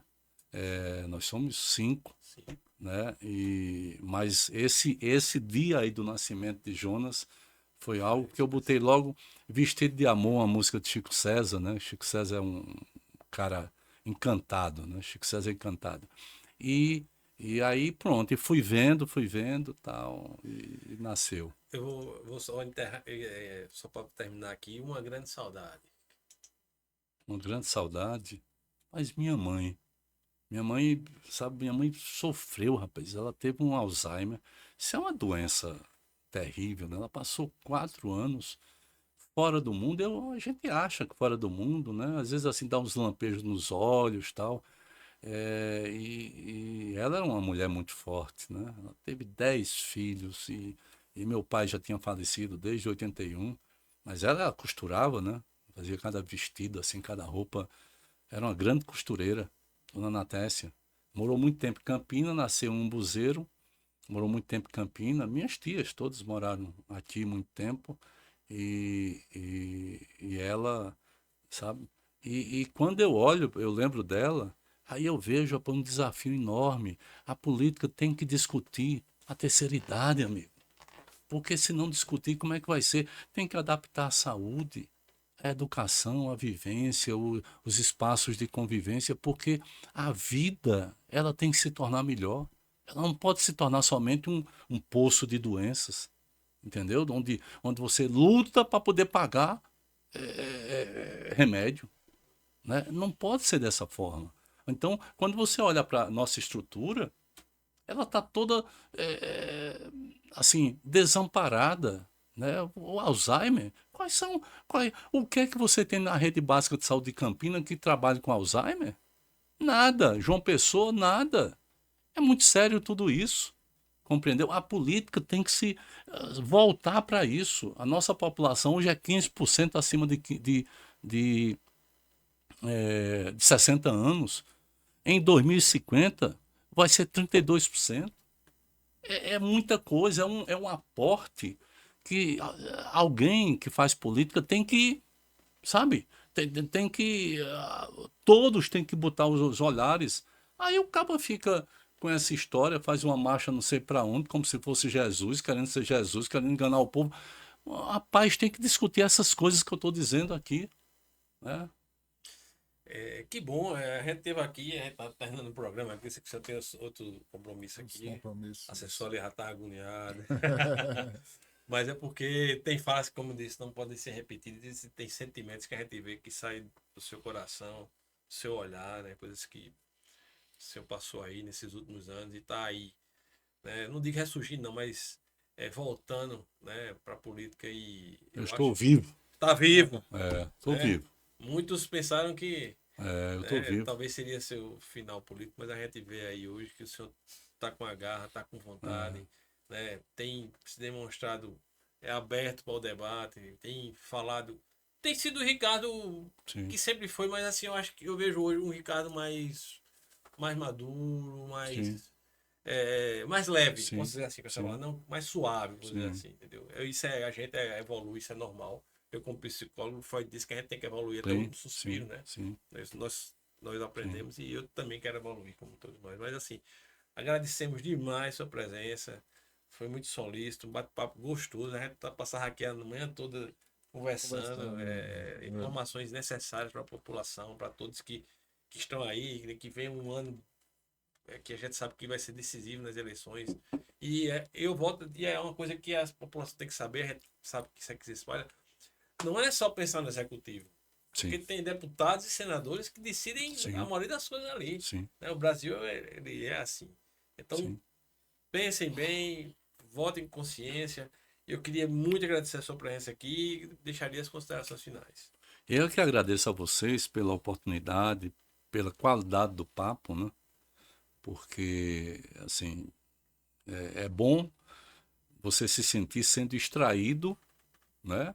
Enfim, sem nenhuma barreira e ao mesmo tempo se deixando espaço para que a pessoa desenvolva aquilo que ache, né, mais adequado, né? Agradecer a vocês, sabe, dizer que eu tenho uma crença enorme numa coisa chamada, eu falei sobre isso, democratização da comunicação. Eu acho que os streams, eu acho que, sabe, que os podcasts, eu acho que as redes devem servir para isso, amigo. É jogar as ideias, entendeu? Nós, seres humanos, precisamos de ideias. Esse é o nosso campo, como se diz, de batalha, positivamente falando, são as ideias, né? A gente não pode retroagir, né? E eu fiquei muito satisfeito de estar aqui. Estou à disposição de vocês, assim, eu faço sempre isso, né? Eu caminho, eu acho que é por isso que eu sobrevivo, que eu sobrevivi, porque eu estava sempre conversando nos podcasts, só daqui, mas muito aí do Sul tem muitos também, e a turma sempre... Semana passada eu fiz 2, lá do Sul, né? Uma região que, né, fiz 2 sobre essas coisas todas. Enfim, meu querido André, meu querido Alexandre, obrigado, né, pela receptividade, né, posso dizer pelo carinho, pelo Sim, respeito, claro. né, e até a próxima. Até a próxima. A gente fica feliz aí com suas palavras, né? Principalmente nós que exercemos de fato a democracia por aqui no nosso espaço, a gente realmente cedeu espaço para que o nosso convidado se sinta à vontade, fale o que ele tem vontade de falar, que ele responda às nossas perguntas que fazemos sem medo de perguntar. Então, é por isso que nós somos, né, um instrumento de fato democrático. O podcast é isso, essa conversa mais informal. Agradecer, sim, a sua presença, dizer que desejar sucesso aí na sua carreira. E agradecer também aí a você, espectador. 2026 começou, estamos no segundo já, de um ano que promete muito, principalmente nessa questão política aqui, que vai se discutir muito, está só no começo. Janeiro está acabando, o ano só começa depois do carnaval, mas a política ela já está fervendo, já ferveu o mês inteiro aí, e daqui para frente não vai ser diferente. Agradecer a sua presença e dizer a você que continue seguindo aí nossas redes sociais, @pod10.cast, @TV Dinamérica Oficial, e a gente volta aí. E arroba. Real Coutinho. R. Coutinho. Real R. Coutinho. Um abraço, valeu, Então, galera. Até a próxima. Valeu, Tchau, tchau. tchau.